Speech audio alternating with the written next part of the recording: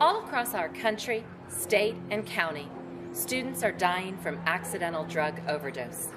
The average age of first-time use for an addict is 12 and a half years old. Join forces with NOPE and let's stop this epidemic of addiction. Please watch this short overview of our school presentations. And please note, this is not just another assembly. Don't you want to save lives and also save families from the heartache associated with the death of another child due to drug overdose? Then call NOPE, the Narcotics Overdose Prevention and Education Task Force of Hillsborough County, to schedule your school's 1-hour presentation. Thank you for allowing NOPE to help raise the awareness of drug overdose. Good morning, my name is Beth Butler, and I am a member of the Narcotics Overdose Prevention and Education Task Force, better known as NOPE. I stand before you as a proud member of the NOPE Task Force team.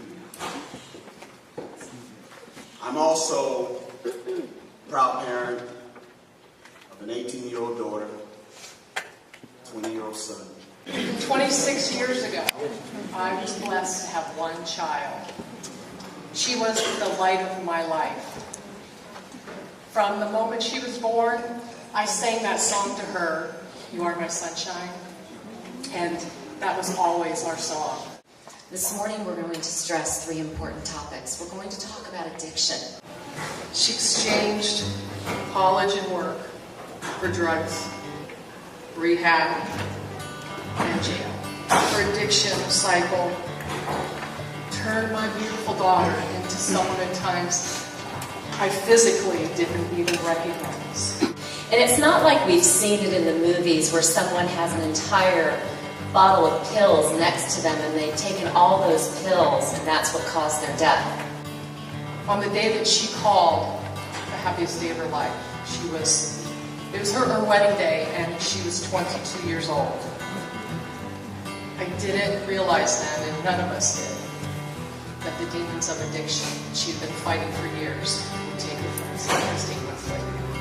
How important it is for you to be the hero and tell someone that can help if you know of someone using drugs or alcohol. Making the call, the importance of dialing 911. We're here to share our very personal stories. I never dreamed back then that I'd have to live my life the way I do today. Because I never dreamed that I'd have to live on this earth without her. I pray that I never have to experience getting that phone call from Tampa Police or Hillsborough County Sheriff's Office saying that your son or your daughter has made a bad choice today. I understand that a few of you might be looking up at me going, "Yeah, lady, dressed in your business suit, what the heck do you know about drugs?" I can tell you that my family, my own family, has fought the demons of addiction. My daughter was exactly like many of you when she was in high school. She wanted to do well in school. She wanted to have a bright future.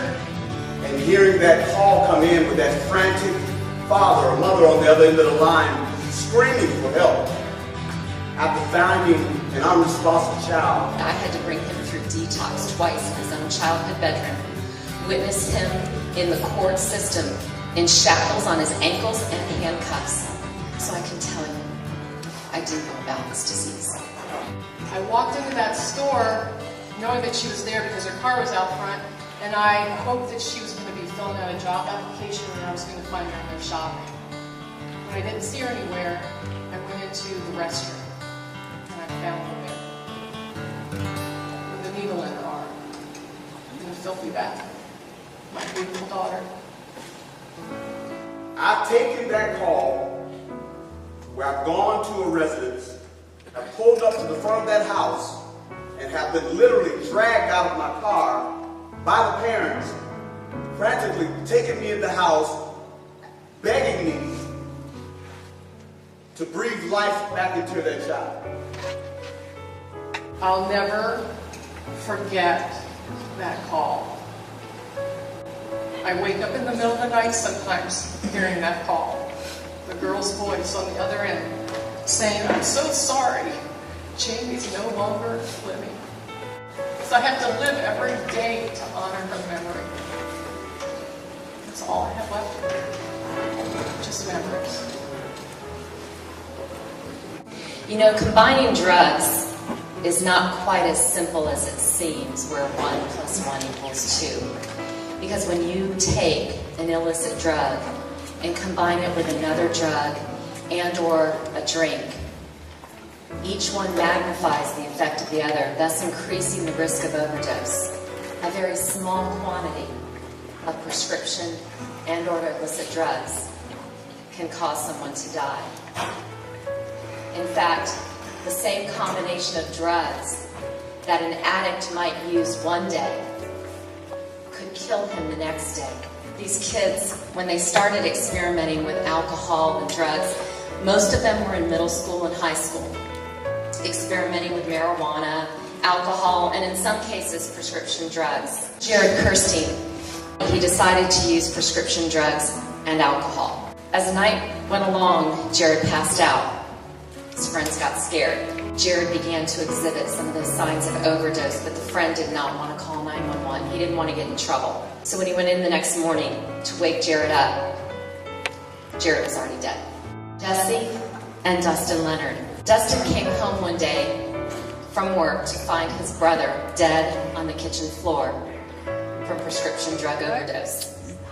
3 weeks later, Dustin's dad comes home and finds Dustin dead on that same kitchen floor from a combination of painkillers. In 3 weeks' time, the entire family's future is wiped out.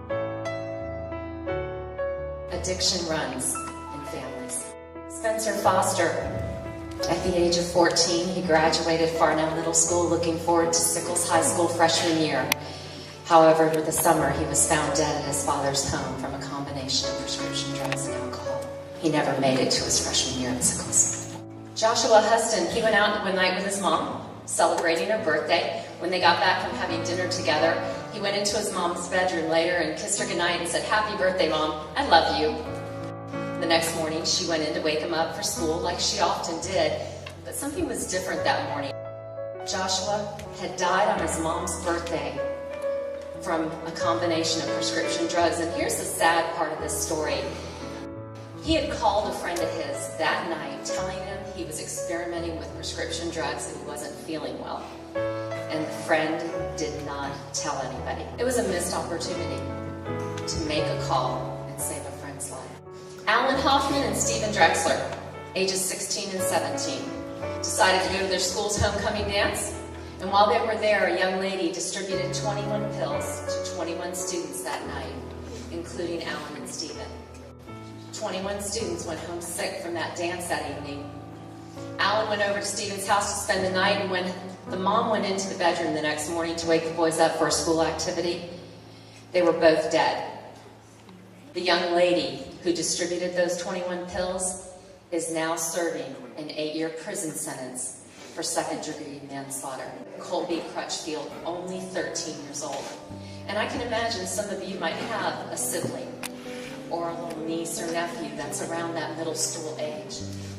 Colby had a buddy whose dad was diagnosed with terminal cancer, and as you can imagine, that father was on some pretty heavy medications near the end of his life. And when the dad passed away, the home health care nurses failed to come into the house and dispose of those prescription pills in the proper manner.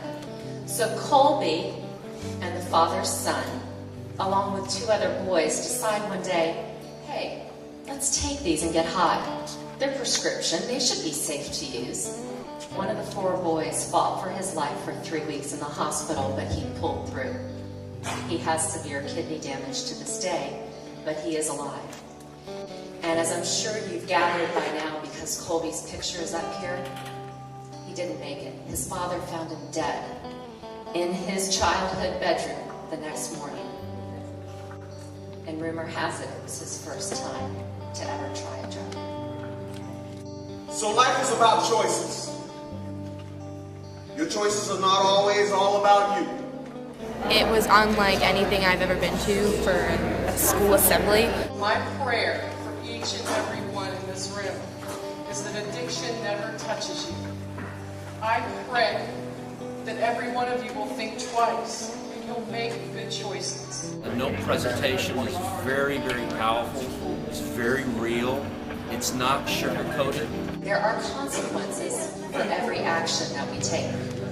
It made people stop and listen and cry. The choices that you make have an everlasting consequence on those you love and those who love you. These kids need to see this.